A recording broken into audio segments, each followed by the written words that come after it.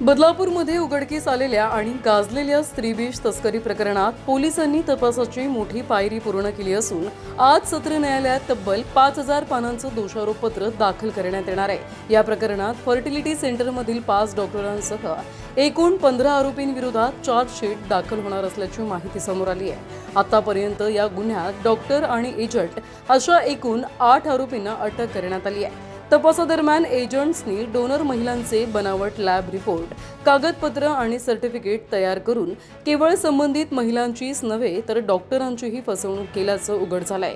या प्रकरणाचा तपास केवळ बदलापूर पुरता मर्यादित न राहता उल्हासनगर, अंबरनाथ, बदलापूरसह ठाणे, नाशिक आणि बारामतीपर्यंत पोहोचला। तसेच केरळ, तामिळनाडू, कर्नाटक आणि हैदराबाद पर्यंत या स्त्रीविष तस्करीचं जाळं पसरल्याचा तपासात निष्पन्न झालाय। या संपूर्ण प्रकरणाचा तपास पोलीस निरीक्षक राजेश गज्जल करीत असून त्यांच्या तपास कार्याचं पोलीस आयुक्तांकडूनही विशेष कौतुक करण्यात आलंय। सध्या या चार्जशीट नंतर आणखी कोणते धक्कादायक खुलासे समोर येणार याकडे सर्वांचं लक्ष लागलंय। प्रतिनिधी श्रद्धा ठोंबरे, न्यूज टेक मराठी, बदलापूर।